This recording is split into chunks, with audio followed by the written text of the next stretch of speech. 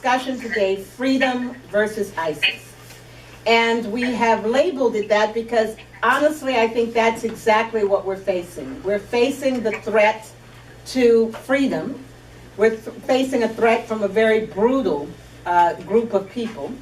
And I think we have to be clear about what the threat is, who the threat is coming from, and what can be done about it. What kind of response we can take. And there's some tough issues that I think we're going to have to discuss, including the difficult issue of freedom versus offense. Is our freedom of speech becoming an offense to people? Not that we're making excuses for the brutality we're seeing, but it's one of the things I think we need to discuss. So before, as we start, I think you all know Dr. Mehdi Noorbakhsh. He's an acclaimed international expert, but he's right here in our midst, and we're always happy to have him offer his expertise. And of course, Ambassador John Craig, who is the former U.S. ambassador to Oman and is really keeping tabs on all of this, travels back and forth in the region. So what I'm going to do now is maybe start with Ambassador Craig and ask him to provide an overview of what he knows and what at least the official explanation is of what is ISIS and what is the threat. Ambassador Craig, can you start with a little bit? So as we know, the Qataris got behind the Muslim Brotherhood, and the Saudis got behind the Salafists. And they hoped that their support for these groups would lead to the demise of the regime in Damascus. But it didn't exactly happen that way, and now we can see how badly that kind of policy went off the tracks, because the radical elements took this assistance and they used it for their own, in their own way. They used it to build up their own capabilities, and that's really the beginning of ISIS. That's the genesis of ISIS in that November 2011 to November 2012 Basically, what he's talked about is where ISIS, this group, came from.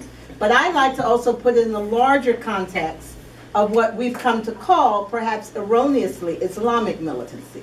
Because as we'll look at the tactics that they're using, we will be able to see it's completely antithetical to anything that Islam really stands for, including clear guidelines on if you're going to make war, what you're going to do. So we have ISIS stemming out of the turmoil in Iraq and Syria, but we have in the larger context of what the globe is facing, this anger that we see emanating from the Islamic world and why.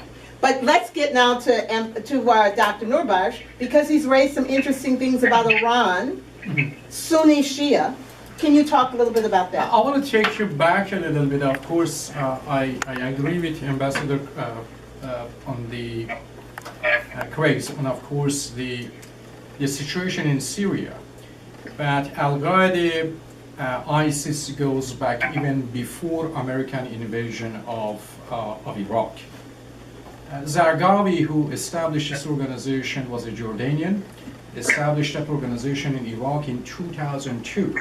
1 year before American invasion in Iraq. And they knew very much, of course, that is the next battleground, as all of you know. Al-Qaeda, of course, was a force in Afghanistan. We trained them, we supported them, of course, and I'm not, accusing the United States. That was even the Cold War time, and very much we were, of course, we wanted to defeat the Soviet Union.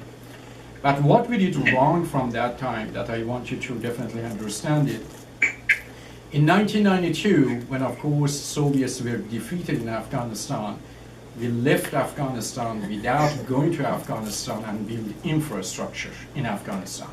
We left the country in chaos and we came out. And that is of course at the end of the Reagan administration, the Bush administration.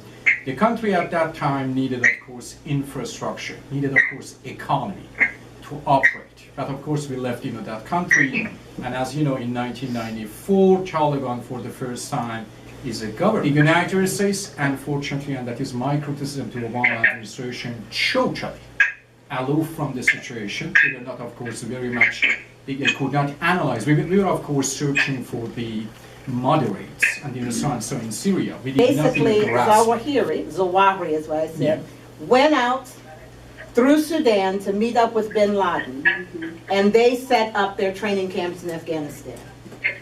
The key to this, as I look at it from the work that I've done, the interviews, and I interviewed so many people who self-proclaim themselves as suicide Brahma trainers, as people engaged in jihad, that whole philosophy is at work here.